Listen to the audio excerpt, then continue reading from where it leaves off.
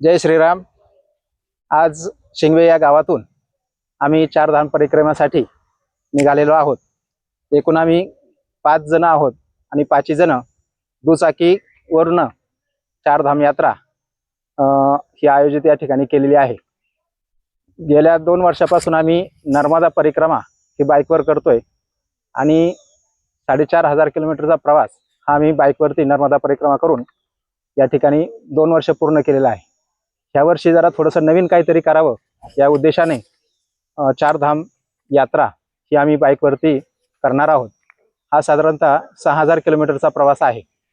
यामध्ये जाताना बरेचशा ठिकाणी म्हणजे अयोध्या असेल, वाराणसी असेल, गोरखपूर असेल अशा तीर्थक्षेत्रांमध्ये जाऊन केदारनाथ, बद्रीनाथ, यमुनोत्री आणि गंगोत्री हा चारधाम यात्रा उत्तराखंडमध्ये जे येते ती सुद्धा या ठिकाणी आम्ही करणार आहोत।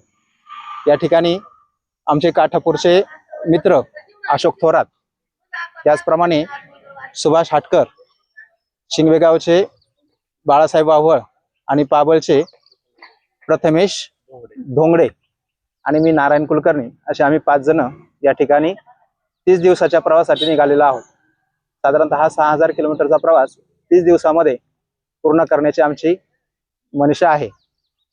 भारतामध्ये देवभूमी म्हणून मानलेली जे उत्तराखंडची चारधाम यात्रा आहे ही अतिशय पवित्र मानली जाते आणि ही पवित्र यात्रा आम्ही पुरुषोत्तम मास म्हणजेच अधिक मास जो आहे त्या अधिक मासामध्ये आम्ही आता करणार आहोत।